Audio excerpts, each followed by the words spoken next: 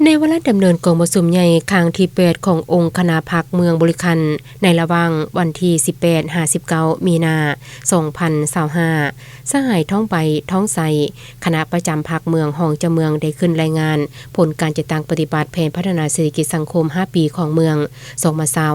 2025-2024ในการจัดตั้งปฏิบัติแผนพัฒนาเศรษฐกิจสังคมครั้งที่4ของเมืองบริคันได้กำหนดเอา6เป้าหมายเช่น 1. สร้างเศรษฐกิจของเมืองเติบใหญ่ยังมีคุณภาพสมดุลและยืนยง 2. พัฒนาทรัพยากรมนุษย์ให้มีคุณภาพพร้อมมีความรู้ความสามารถค้นคว้าและนำใช้วิทยาศาสตร์เทคโนโลยีภูมิปัญญาเพื่อส่งเสริมการผลิตการบริการให้หลากหลาย 3. ยกสูงชีวิตการเป็นอยู่ด้านวัตถุและจิตใจของประชาชนได้รับการยกระดับให้ดีขึ้น 4. พัฒนาตามทิศสีเขียวและเป็นมิตรต่อสิ่งแวดล้อม 5. การร่วมมือเชื่อมโยงเชื่อมจอดภายในประเทศภาคพื้นและสากลให้มีความเข้มแข็งทันสมัย 6. การคุ้มครองบริหารรัฐมีประสิทธิภาพและสังคมได้รับการปกป้องตามทิศหลักแห่งกฎหมายอย่างมีความศักดิ์สิทธิ์ผ่านการจัดตั้งปฏิบัติ5ปีผ่านมานี้เห็นว่าด้านเศรษฐกิจมหาภาคมีความเข้มแข็งและมั่นเที่ยงเศรษฐกิจขยายตัวโดยรวมเฉลี่ย 6.46% ต่อปีคาดหมาย 7.6% ต่อปีปฏิบัติได้เท่ากับ 85% ในปี2024รวมยอดผลิตภัณฑ์ภายใน 1,400 กว่าตือเก็บเฉลี่ยรายรับต่อหัวคน23ล้านกว่าเก็บการจัดเก็บรายรับของงบประมาณของรัฐได้ทั้งหมด 44.64 ตือเก็บเท่ากับ143กว่าส่วนหอยเฉลี่ยเพิ่มขึ้น 8.63 ส่วนหอยต่อปี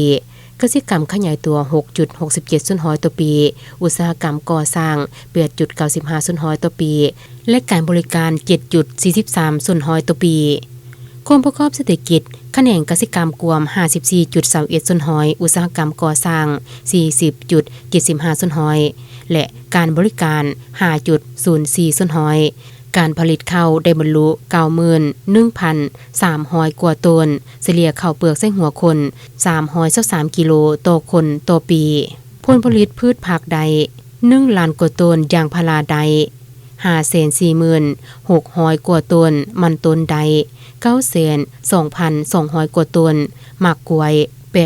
82,900 กว่าตันหัวหน่วยการผลิตด้านอุตสาหกรรม189หัวหน่วยขนาดใหญ่1หัวหน่วยขนาดกลาง9หัวหน่วยขนาดน้อย71หัวหน่วยธุรกิจครอบครัว108หัวหน่วยมีมูลค่าผลผลิตส่งออก 1,500 กว่าตือเก็บสินค้าโอดอปการตำหูกผลิตแผ่นแพนำอ้อยก่อนเหล่าขาวไก่น้อยมีมูลค่าการส่งออก13ตือกว่าเก็บขณะการบริการทั่วเมืองมีตลาด8แห่งมีหัวหน่วยธุรกิจการค้าขายและการบริการ 1,240 หัวหน่วยมูลค่าจราจรสินค้าเฉลี่ย270กว่าตือเก็บต่อปี